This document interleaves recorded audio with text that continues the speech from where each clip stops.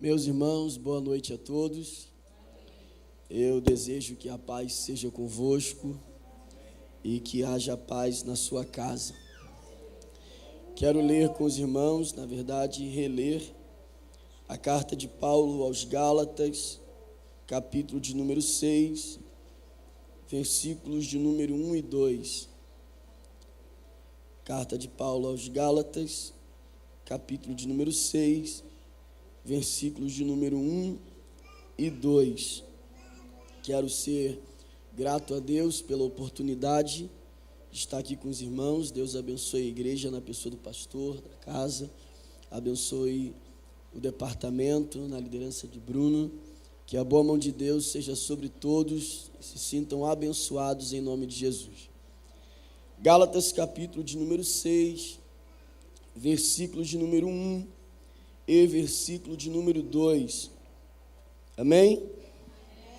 Irmãos, se alguém for surpreendido em alguma falta, vós que sois espirituais, corrigi-o com espírito de brandura, e guarda-te para que não sejais também tentado.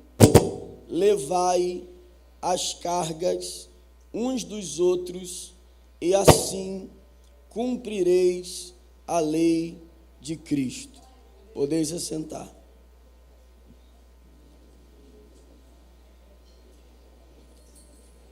Amém.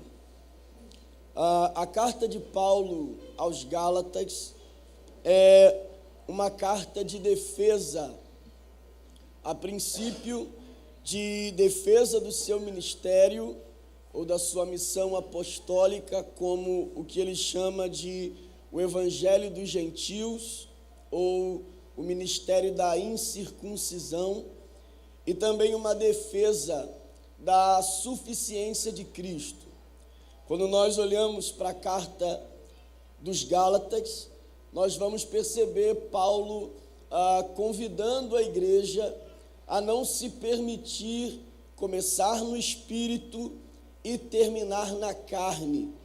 E Paulo vai, ao decorrer de todo o contexto da carta, mostrar para nós qual é a ideia que ele tem de alguém que termina na carne. E ele vai expressar dizendo que ele veio pregando um evangelho àquele lugar em que Cristo era suficiente para a salvação daquele que crê, mas que com o passar do tempo, alguns judeus foram se infiltrando dentro da igreja na Galácia e foi dizendo aos cristãos gentios que só Cristo não era o suficiente, que eles precisavam guardar o sábado, se circuncidar e também festejar as festas que os judeus faziam. Quando Paulo fica sabendo dessa infiltração dos judeus, querendo dizer aos gentios que só Cristo não era suficiente, Paulo então escreve a carta aos Gálatas com o desejo de despertá-los para que eles não terminem na carne. Na ideia de Paulo, terminar na carne é alguém que não encontra em Cristo a suficiência necessária para ser salvo. Para Paulo, terminar na carne é alguém que, além de Cristo, precisa de um amuleto, além de Cristo, precisa de campanhas, além de Cristo, precisa de encontros, além de Cristo, precisa de algo ungido, de algo consagrado, de algo separado. Só Cristo não é o suficiente. E na visão de Paulo, quando só Cristo não é suficiente, nós já não estamos mais no espírito, mas estamos na carne. Aí Paulo vai mostrar para nós, no contexto da carta aos Gálatas, que o crente precisa para prosperar em Deus é estar abraçado na cruz de Cristo. Paulo vai dizer ao decorrer da carta que por várias vezes ele diz: eu já estou crucificado com Cristo. Eu já estou crucificado com Cristo. E a vida que eu vivia na carne, hoje eu vivo na fé do Filho de Deus.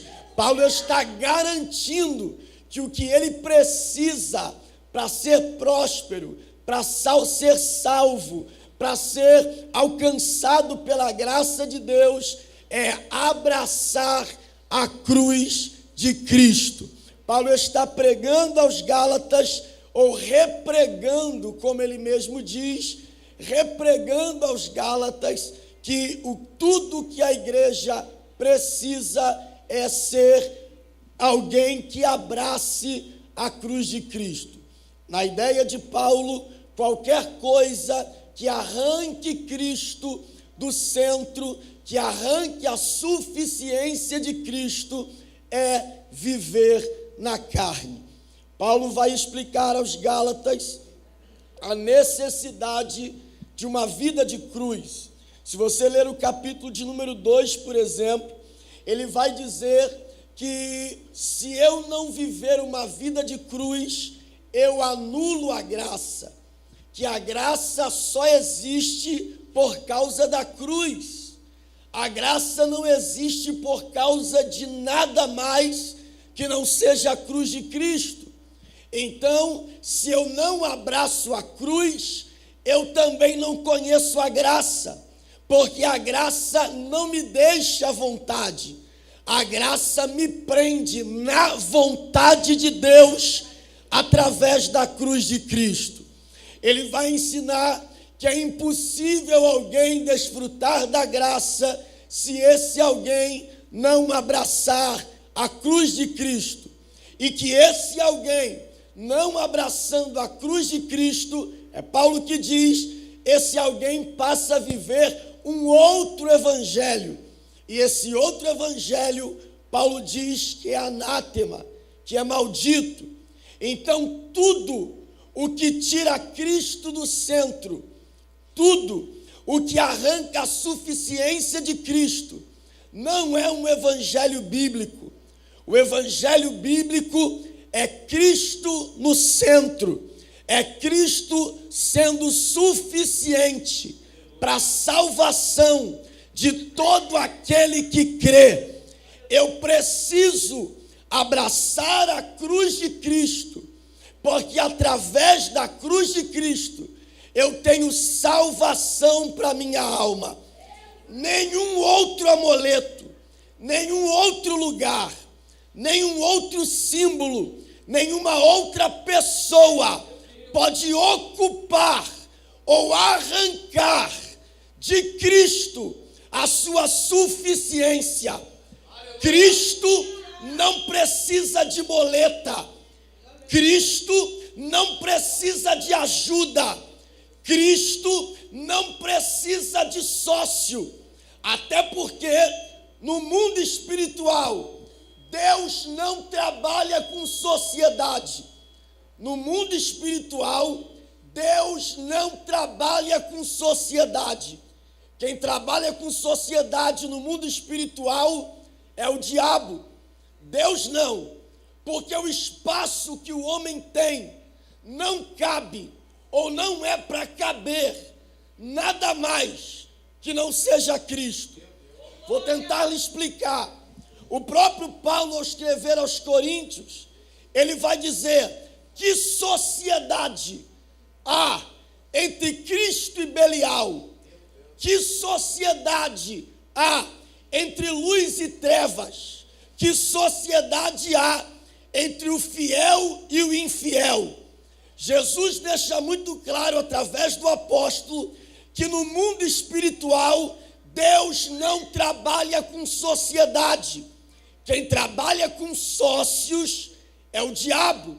Exemplo, a Bíblia diz que quando o diabo encontra uma casa vazia e entra nela, ele traz mais 7. Por quê? Porque o diabo só trabalha em sociedade. Ele sozinho não consegue completar o homem. Então, quando ele entra, traz mais um. Quando entra, traz mais outro.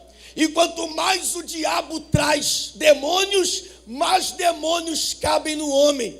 A prova disso é o gadareno, um homem com 2.000 demônios no corpo, porque o diabo trabalha com sociedade. Ele entra, mas não completa. Ele entra, mas sobra espaço. Ele entra, mas depende de mais algum. Ele entra e chama mais alguém. Mas quando Deus entra, oh, glória a Jesus. Oh, glória. Quando o diabo entra, sobra mais espaço. Quando o diabo entra, sobra espaço e ele chama mais um.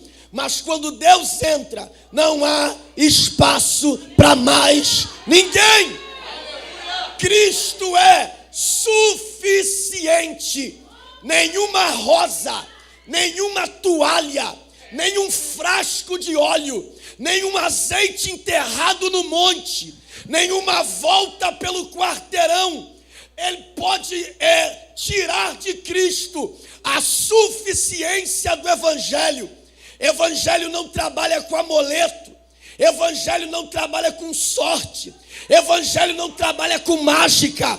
Evangelho não trabalha com adivinhação. Evangelho trabalha com o poder que há no nome de Jesus Cristo.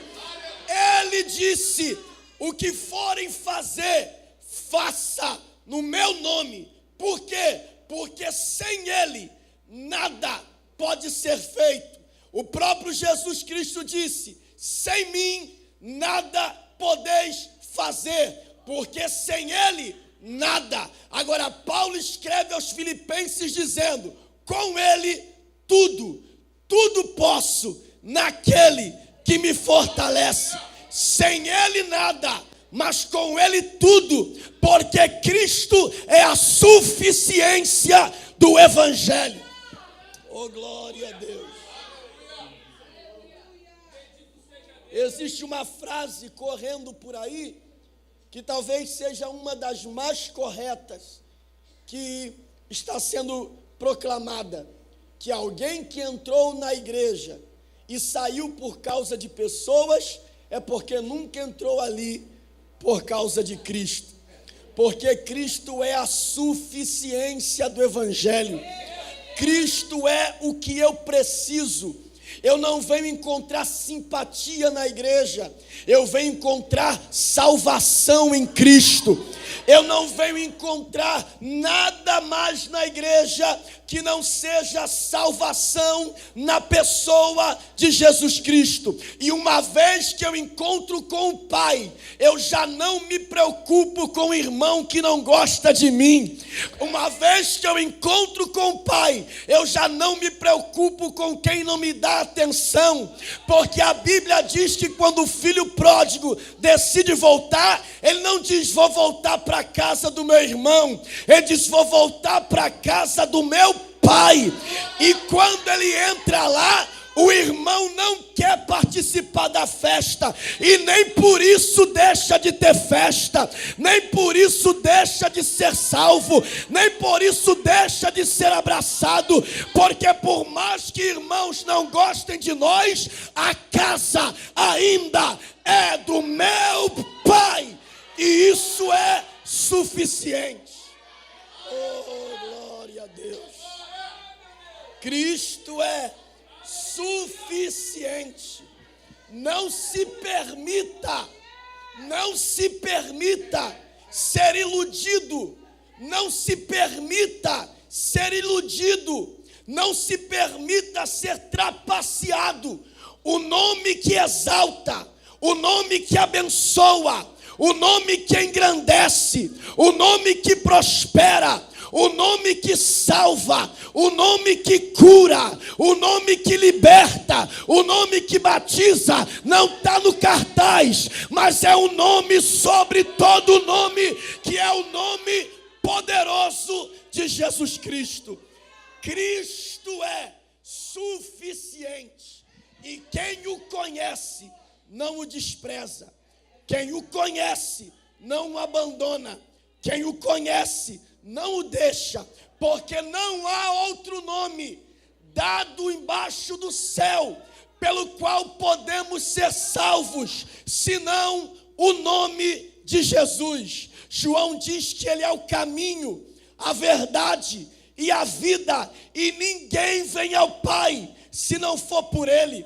João diz que ele é a porta, diz que ele é o pastor, diz que ele é a videira, diz que ele é a ressurreição e a vida.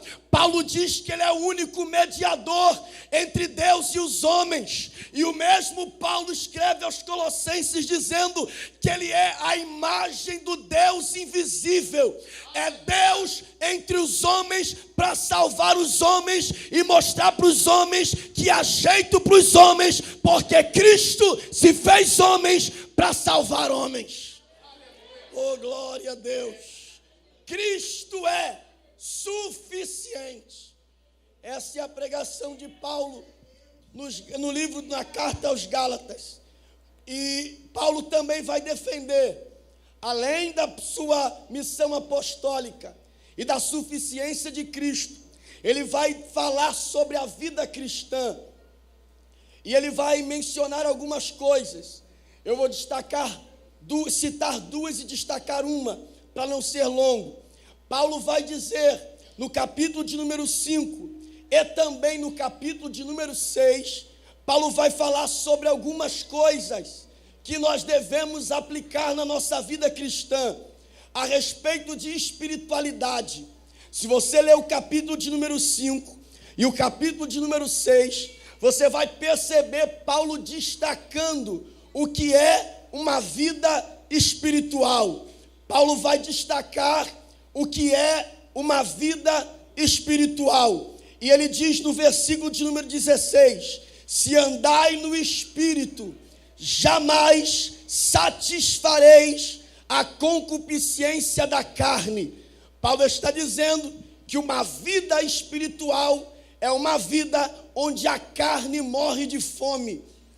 Paulo está ensinando que uma vida espiritual é uma vida onde a carne morre de fome, porque o que eu produzo não é alimento para minha carne, mas é fruto do Espírito que habita em mim. É importante destacar uma coisa aqui, e eu quero que você guarde isso. É importante destacar o seguinte: o fato de eu ter o que Deus tem, mas não me comportar como Deus é, não me permitirá entrar onde Deus está. O fato de eu ter o que Deus tem, mas não me comportar como Deus é, não me dará autoridade de estar onde Deus está. O que Deus tem? Dons. O que Deus é? Fruto. Onde Deus está? Céu. Então, se eu tenho o que Deus tem, dons, mas não me comporto como Deus é, fruto, eu não posso chegar onde Deus está, céu. Céu não é para quem tem dom, céu é para quem produz fruto. E por quê? Porque dom é o que Deus tem. Exemplo, Deus tem profecia, mas não é profecia. Deus tem visão, mas não é visão. Deus tem ciência, mas não é ciência. Deus tem, mas não é. E o fato de Deus ter, mas não é que muita gente que tem o que Deus tem vai ficar de fora. Eles dirão: profetizei no teu nome, curei no teu nome, libertei no teu nome, fiz no teu nome. Fazer no nome dele é ter o que ele tem. Deus tem profecia, mas não é profecia. Deus tem visão, mas não é visão. Deus tem ciência, mas não é ciência. E o que Deus é? Deus é amor. Oh, glória a Deus. E se eu tenho o que ele tem, mas não me comporto como ele é, então jamais entrarei onde ele está. Não é o que eu tenho, é como eu me comporto. Evangelho não é performance, evangelho é comportamento. Então não é fazer aqui, é me comportar depois daqui. Não é pregar aqui, é viver depois daqui. Não é cantar aqui, é viver depois daqui. Não é como eu me saio 2 horas no culto, mas como eu vivo as outras 22 horas longe do culto.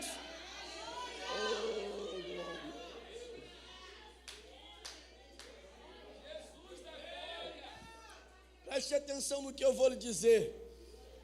Existe uma parábola dita por Jesus.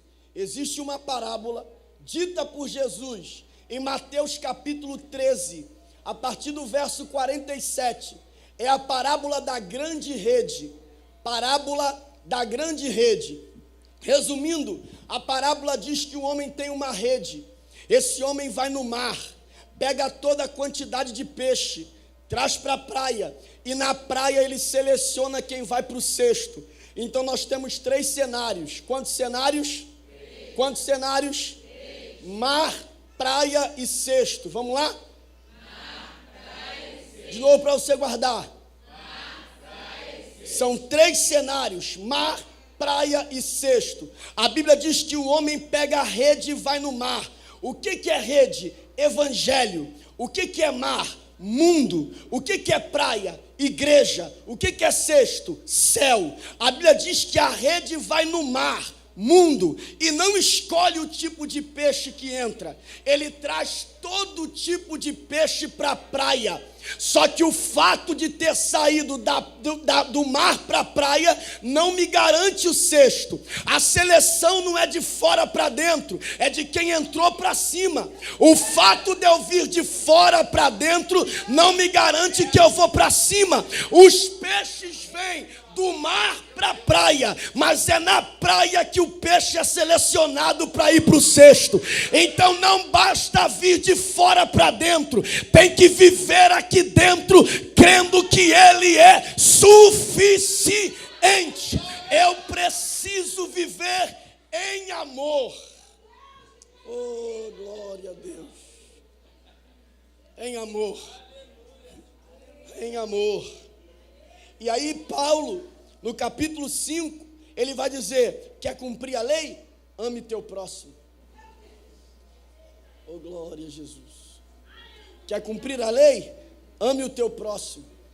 E aí, há uma oração de Paulo, e eu acho linda essa oração, que Paulo faz em Efésios capítulo 3, versículo de número 14, até o versículo de número 19, Paulo faz uma oração, e ele diz assim: por essa causa eu me ponho de joelhos, e eu oro para quê? Versículo 16, para que vocês sejam fortalecidos com poder no Espírito. Versículo 17, para que Cristo habite em vosso coração pela fé. E versículo 18, para que vocês compreendam,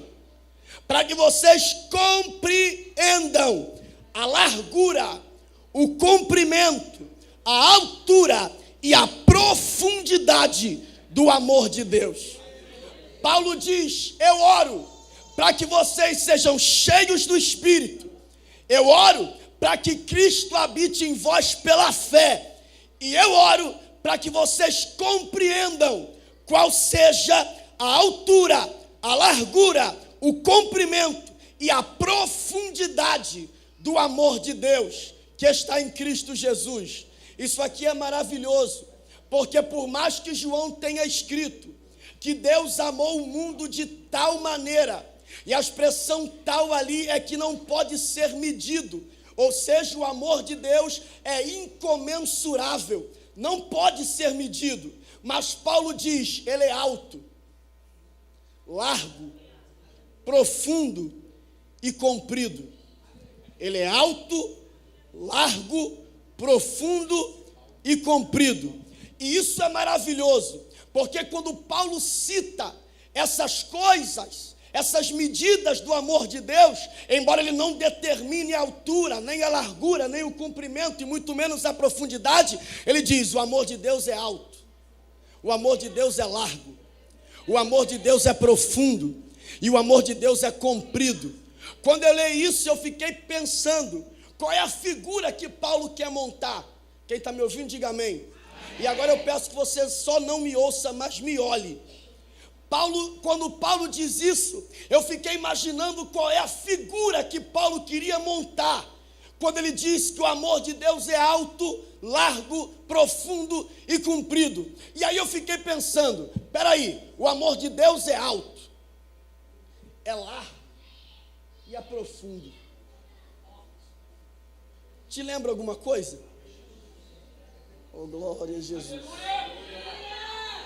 Ele diz, o amor de Deus é alto, largo, profundo e comprido. Paulo diz, quer saber a medida do amor de Deus? Olhe para a cruz, porque lá você vai ver que o amor de Deus é alto, largo, profundo e comprido. Alto porque vem de cima, largo porque quer salvar o máximo possível, comprido porque de geração em geração ele salva, e profundo porque vai no lixo e pega o homem que está lá e faz assentar entre os príncipes. Oh, glória a Deus. Oh, aleluia.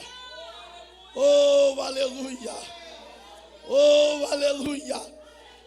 Paulo vai escrever aos Romanos, no capítulo de número 5, e ele vai dizer assim no versículo de número 7, pode ser que um justo morra por outro justo, pode ser que um justo morra por outro justo, pode ser que isso aconteça, pode ser que uma mãe morra por um filho, pode ser que um esposo morra por uma esposa, pode ser que um filho morra por uma mãe, pode ser que um justo morra por um justo. Você lembra, por exemplo, daquele caso que agora o presidente levantou ela como uma heroína, da professora, que o homem entrou na escola com gasolina, ia botar fogo nas crianças, ela brigou com o homem com o corpo coberto de gasolina, o homem jogou fogo nela e ela teve 95% do corpo queimado e morreu assim. Ela morreu por crianças, porque o sentimento materno dizia para ela, podia ser um filho meu, podia ser uma filha minha, e ela morreu pelas crianças. E o que é interessante é pensar o seguinte, ela tem uma escolha, se ela corre, ela se salva, mas se ela morre, salva alguém. Oh, glória a Deus. Ela tem uma escolha, se corre, se salva, mas se morre, salva alguém. E ela decide morrer, mas aí ela é digna de honra, é digna de aplausos, é digno do que o presidente fez, transformou ela em uma heroína, é digno de aplausos na praça, tem que ter um nome dela na escola, ela deve ser honrada. Só que aí Paulo termina o texto no 8 dizendo, mas nisso prova Deus o seu amor para conosco, que Cristo morreu por nós, não quando nós éramos pregadores, mas quando nós éramos pecadores. Alguém morre por filho, mas ninguém morreria por um prostituto, por um viciado, pelo um ladrão, pelo um bandido, pelo adúltero. A gente diz, meu Deus, que mulher fantástica, entregou a vida por crianças. Meu Deus, que mulher fantástica, entregou a vida por pessoas inocentes. Quando a gente honra essa mulher e pensa, que mulher fantástica, a nossa mente vai no céu e diz, que Deus é esse? Oh, glória a Jesus. Porque eu não merecia, eu não era digno. E deixa eu lhe dizer uma coisa, o que um pai tem de mais importante é um filho. O que o pai tem de mais importante é um filho. É possível que você veja, o pai vendeu uma casa para consertar um filho, mas dificilmente o pai venderia um filho para consertar uma casa. Você vê um pai vendendo um carro para consertar um filho, Mas você não vê pai vendendo um filho para consertar carro, porque o maior bem de um pai é um filho. Agora pensa como a gente é importante. Oh, glória a Deus. Aleluia. Pensa pelo amor de Deus, no amor que Deus tem por nós.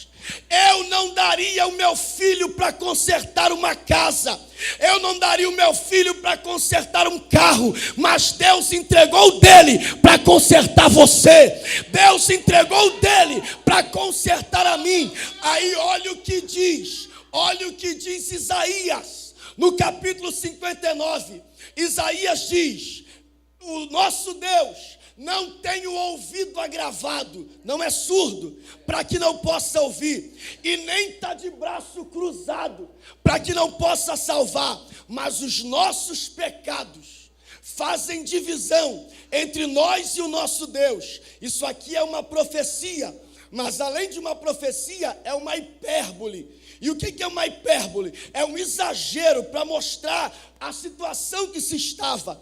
Isaías está dizendo que Deus, ouvindo e com as mãos estendidas, não conseguia salvar o homem. Era como se Deus estivesse aqui com a mão estendida e o homem estivesse lá na porta onde está a irmã. Mesmo com a mão estendida, o pecado criou um buraco que não deixava Deus chegar perto de nós. Então, antes de Cristo, Deus vai usar Isaías para dizer: Deus quer salvar, mas não pode. Deus quer salvar, mas não pode. Deus quer salvar, mas não pode. Deus quer salvar, mas não pode. E por quê? Porque o pecado separou a gente. E aonde Cristo é cravado? No meio. Oh, glória. Cristo é cravado no meio. Para quê? Para que uma mão dele pegasse em mim e a outra mão dele pregasse em Deus. E aí Paulo escreve: porque sobre ele estava o ministério da reconciliação. Ele trouxe de volta quem estava longe. Antes de Cristo, o pecado me separa, e depois de Cristo, nem a morte, nem os anjos, nem os principados, nem a espada, nem a fome, nem a nudez, nem o presente, nem o porvir, nem nenhuma outra criatura me pode separar do amor de Deus que está em Cristo Jesus.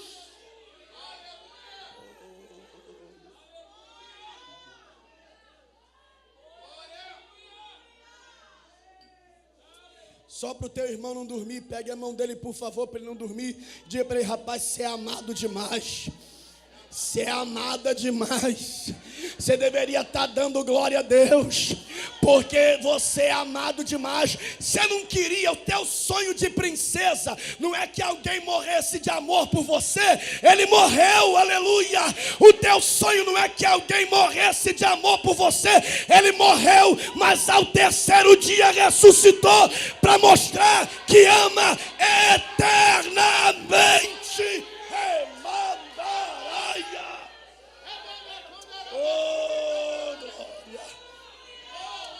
Oh, glória.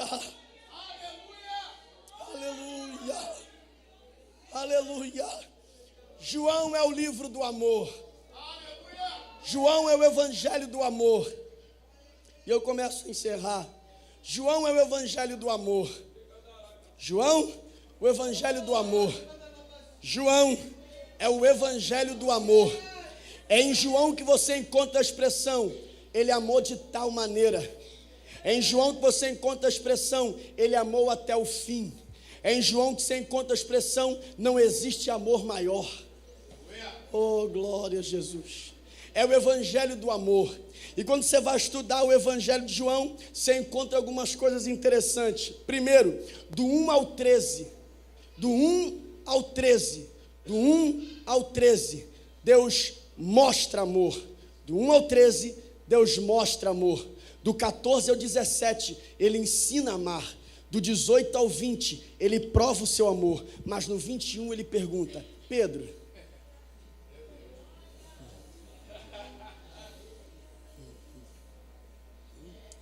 oh glória a Jesus. Do 1 ao 13, ele mostra amor. Do 14 ao 17, ele ensina sobre amar. Do 17 ao 20, ele prova o seu amor. E no 21, ele pergunta: e tu? Oh, glória a Jesus. Oh, aleluia.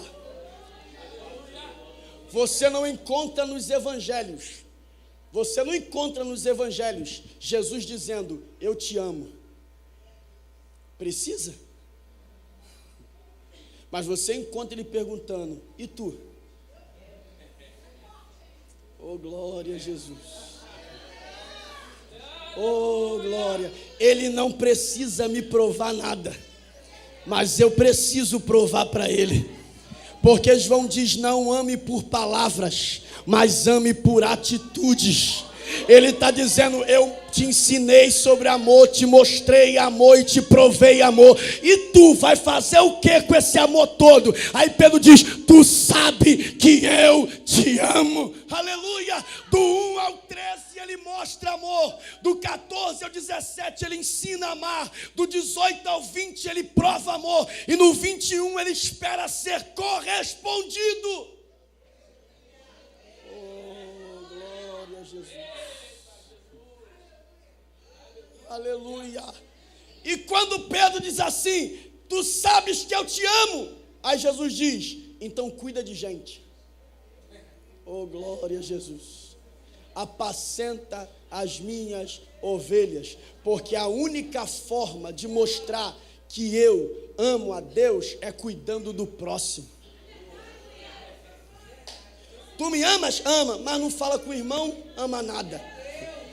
Tu me ama? Ama, mas não perdoa, ama nada. A prova de que eu amo a Deus é o meu cuidado com o outro. Oh, glória a Jesus.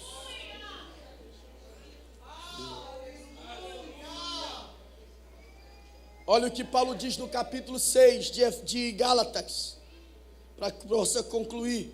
Ele diz: se você pegar algum irmão em falta aqui é delito, pecado, erro. Ele diz: se você pegar algum irmão no erro, na falta, no pecado, corrige-o com espírito de mansidão. Olha o que Paulo está ensinando aos Gálatas. Essa expressão corrigir é o mesmo que encaminhar em outras versões, ou consertar. Essa expressão aqui é ter o ombro deslocado. É o mesmo que consertar um ombro que deslocou, ou um osso que foi quebrado. Então, quando Paulo diz assim: se você encontrar alguém no erro, corrija, ele está dizendo: traga de volta para a origem. Oh, glória. Paulo não diz expulsa, Paulo diz traz de volta. Paulo não diz fofoca, Paulo diz cuida. Paulo não diz espalha, ele diz trata. Paulo não diz manda embora, ele diz acolhe. Oh, glória a Jesus. Só existe uma maneira de eu provar para Deus que eu amo, cuidando de gente. Mas eu não gosto de gente, então não serve para o evangelho. Porque evangelho não é para cachorro. Evangelho é para gente. Evangelho é para gente, não é para bicho. Evangelho é para gente. Quem não gosta de gente não serve para o evangelho. Evangelho é tão para gente que Cristo se tornou gente para ensinar a gente a cuidar de gente. Evangelho é para gente. Quem não sabe lidar com gente vai cuidar de cachorro, de gato, de papagaio. Igreja não é Ibama, igreja não é carrocinha, igreja é lugar de tratar de gente.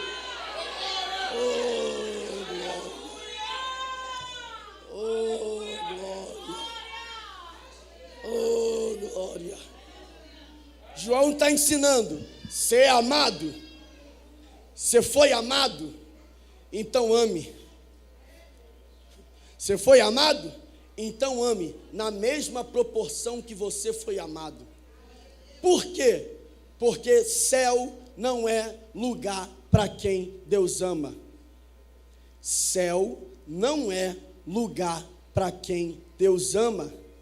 Céu não é lugar para quem Deus ama. Mas por quê? Porque Deus ama todo mundo. E nem todo mundo vai para lá. Deus ama o feiticeiro, mas se continuar na feitiçaria, não dá para entrar. Ama o prostituto, mas se continuar na prostituição, não dá para entrar. Ama o mentiroso, mas se continuar na mentira, não dá para entrar.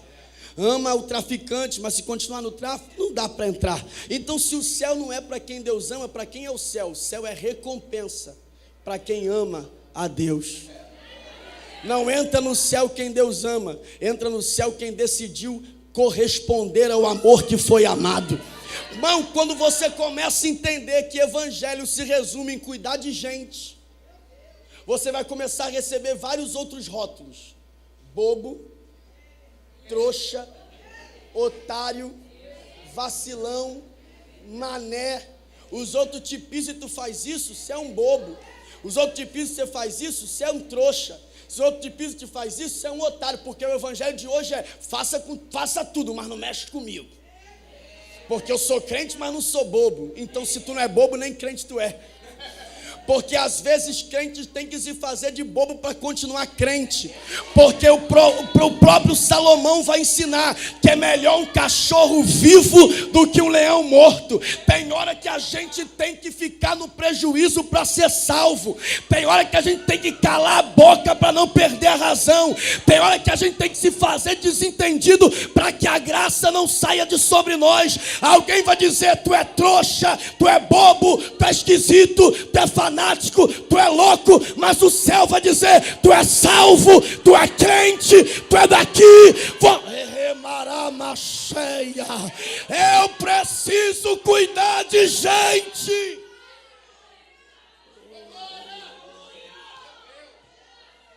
Oh, glória! Ninguém quer mais cuidar de ninguém, pastor. Ninguém quer cuidar de ninguém. A pregação hoje é: não gostou, vai embora. Não gostou, dá trabalho para o outro. Não gostou, procura outra igreja. Não gostou, se conserte, porque aqui é lugar de salvação, é lugar de vida eterna, é lugar de perdão de pecados. Deus tem algo para nós, mas a gente precisa aprender a cuidar de gente.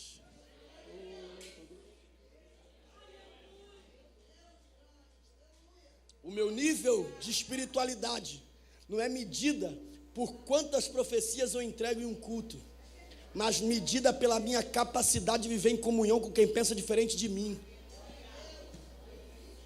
Oh, glória a Deus. A minha espiritualidade não é medida por quantas profecias eu entrego no culto, mas pela minha capacidade de viver em comunhão com quem pensa diferente de mim. Oh, glória a Deus. Eu não gosto de branco, mas vou usar. Aleluia. Não gostei de vermelho, mas vou usar. Não gostei da saia, mas vou usar. Não gostei do uniforme, mas vou usar. Porque a gente pensa diferente, mas o Espírito é o mesmo.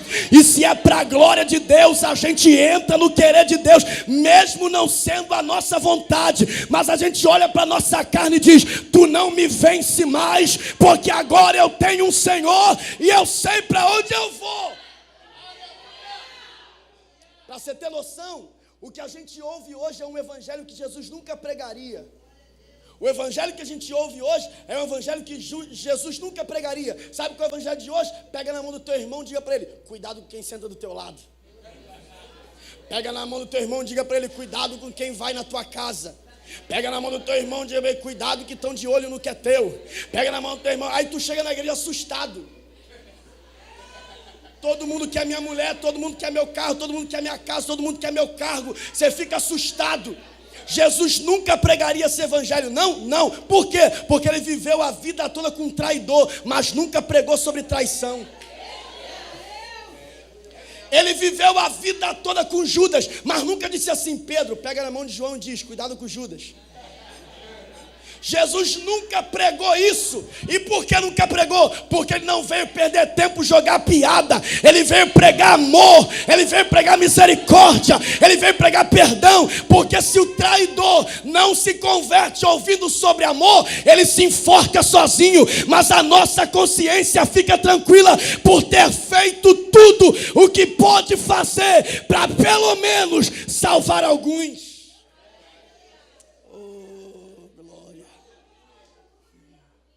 Você não ama a Deus quando troca de roupa. Você ama a Deus quando muda de vida. Você não ama a Deus quando troca de casa. Você ama a Deus quando muda de vida. E quando a gente muda de vida, a gente pensa como Cristo. É difícil. Oxe, é muito. Mas é o que vai te salvar. E é o que vai me salvar. Fique em pé, por favor.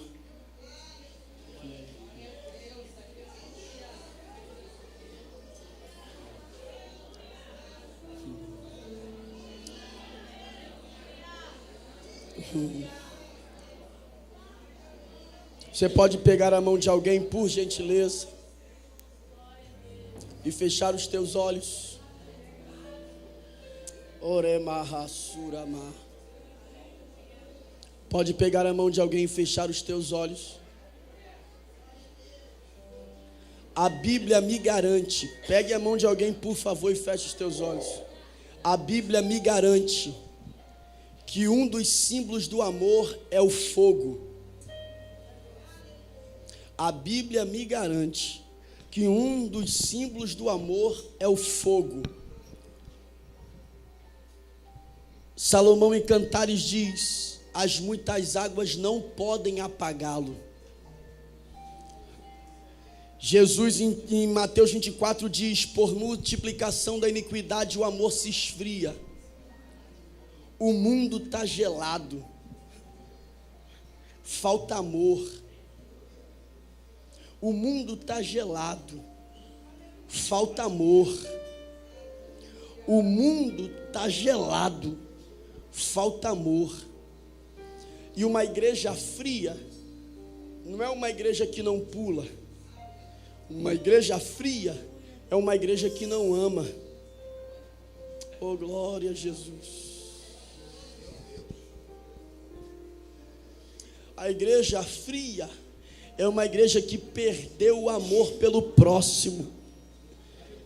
Só que Deus nos juntou esses dias aqui para nos lembrar, foi por amor. E o amor que foi por mim deve ser pelo outro. Eu quero lhe convidar esta noite, de mãos dadas com esse crente, com os teus olhos fechados, por favor, que você orasse. E o que eu oro, pregador? Não deixa eu me esfriar. Oh, Jesus. Ergue o mendri a rassura mais. Não deixe eu ser um crente frio, indiferente à dor do outro. Ore mandara machura mas. O mundo está gelado, mas a igreja precisa estar quente. Nós somos a fogueira para um povo que morre de frio. Nós somos a fogueira para um povo que está morrendo de frio.